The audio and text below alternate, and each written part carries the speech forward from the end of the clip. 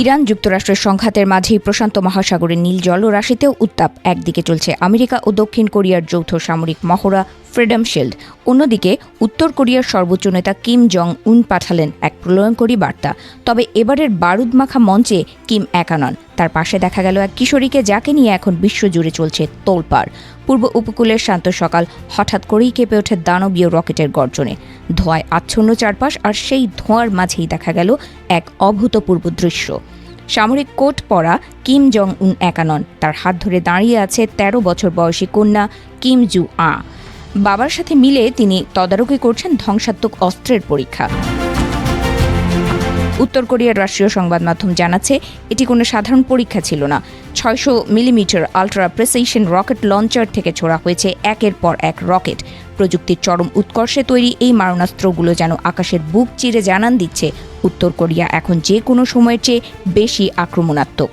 দক্ষিণ কোরিয়ার সামরিক গোয়েন্দারা জানিয়েছেন, পিয়ংইয়ং থেকে একসাথে অন্তত ১০টি ব্যালিস্টিক মিসাইল ছোড়া হয়েছে। পূর্ব সাগরের বুকে যখন এই মিসাইলগুলো আছড়ে পড়ছিল, তখন সিউলের জাতীয় নিরাপত্তা পরিষদে বইছিল উদ্বেগের ঝড়। দক্ষিণ কোরিয়া একে সরাসরি জাতিসংঘের নিরাপত্তা পরিষদের প্রস্তাবের লঙ্ঘন এবং চরম উস্কানি হিসেবে দেখছে। পরীক্ষা শেষে কিম জং উনের কণ্ঠে ঝরল বারুদ। তিনি সাফ জানিয়ে দিলেন, ৪২০ কিলোমিটার ব্যাসার্ধের মধ্যে থাকা যে কোনো শত্রু ঘাঁটি এখন তাদের হাতের মুঠোয়। সিউল থেকে শুরু করে দক্ষিণ কোরিয়ায় থাকা মার্কিন ঘাঁটি সবই এখন পিয়ংইয়ংয়ের রকেটের নিশানায়।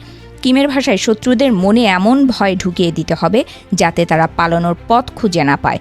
কিমের হুঁশিয়ারি কেবল কথার কথা নয়, তিনি স্পষ্ট করে বলেছেন, যদি একবার এই পারমাণবিক ক্ষমতা সম্পন্ন অস্ত্রগুলো সচল করা হয়, তবে প্রতিপক্ষের কোনো সামরিক অবকাঠামো আর অক্ষত থাকবে না, সব মিশে যাবে ধূলিকণায়।